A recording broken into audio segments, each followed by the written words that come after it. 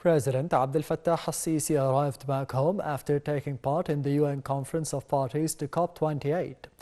On the sidelines of the COP28, President al-Sisi and the U.S. Vice President Kamala Harris reviewed the developments in the regional situation, especially in the Gaza Strip, where the American side presented its vision. During the meeting, Harris conveyed the greetings of the U.S. President Joe Biden to President al-Sisi and expressed her country's aspiration for more coordination in the upcoming period.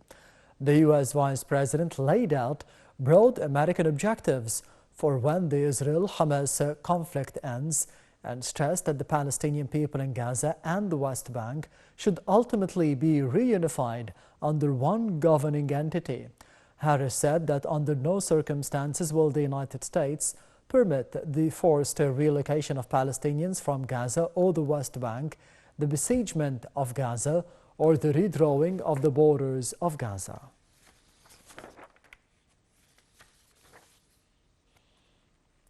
President Abdel Fattah al-Sisi also met with the Italian Prime Minister Giorgia Meloni, where the two sides discussed boosting joint strategic cooperation on all fronts. The meeting witnessed a consensus on a number of regional and international files of common concern, especially the latest developments of the situation in the Gaza Strip.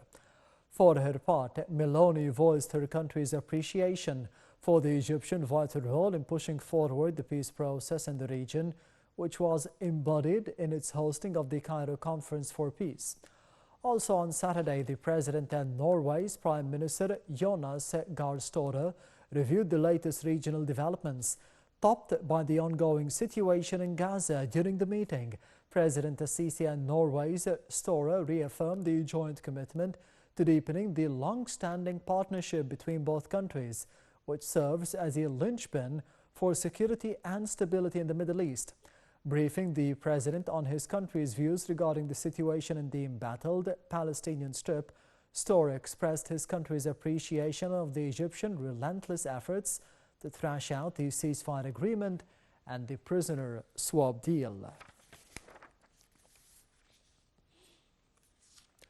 Continuing his meetings on the sidelines of the UN Conference of the Parties to COP28 in Dubai, President Abdel Fattah al-Sisi met with the Lithuanian counterpart Gitanas Nausėda, welcoming the activity of a number of Lithuanian companies in Egypt and looking forward to boosting cooperation with Lithuania in different countries.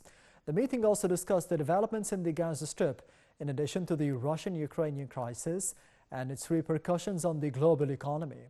Meanwhile, President al-Sisi agreed with the Armenian President Vahagan Khatchatoryan on the necessity of boosting current efforts to push cooperation between the two countries, especially in the fields of tourism, culture, trade, economy and security.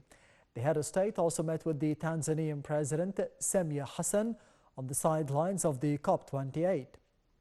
The meeting tackled means of boosting bilateral relations on different fields, especially regarding the Egyptian investments in Tanzania and the technical cooperation in addition to training Tanzanian cadres in different fields. The meeting touched on the Egyptian participation in the Tanzanian dam project to generate electricity. The UAE is celebrating its National Day in a ceremony attended by President Abdel Fattah al-Sisi. President al-Sisi congratulated his Emirati counterpart, Sheikh Mohammed bin Zayed, on the occasion, wishing welfare and prosperity for the Emirati people.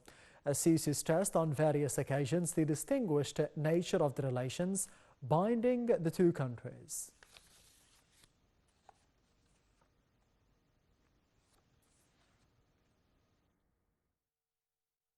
Of the United Arab Emirates from Britain in 1971, Egypt and the United Arab Emirates relations were always at a good level and developing at an unprecedented rate.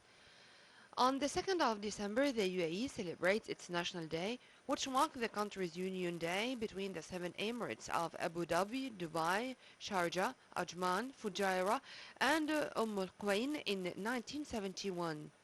Sheikh Zayed bin Sultan was the country's first president. The United Arab Emirates, or the UAE, is a strategic partner of Egypt. On several occasions, the President Sisi reiterated his country's readiness to confront any aggression if the security of the Arab Gulf is exposed to any threat, which confirms both countries' sturdy relations. Egypt's diversified relations with the UAE include business, trade, military, and political aspects.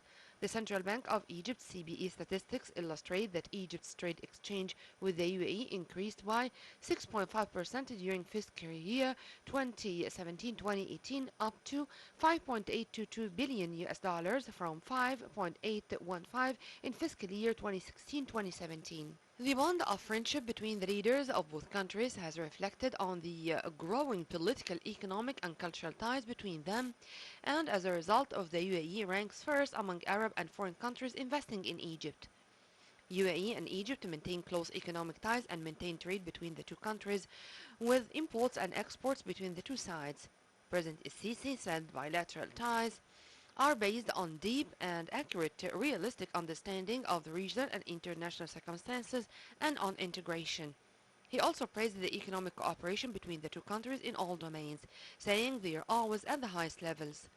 President Sisi added that the future horizons of comprehensive cooperation between Egypt and the UAE are promising and prosperous and will bring abundant good to their peoples and people of the Arab world in general.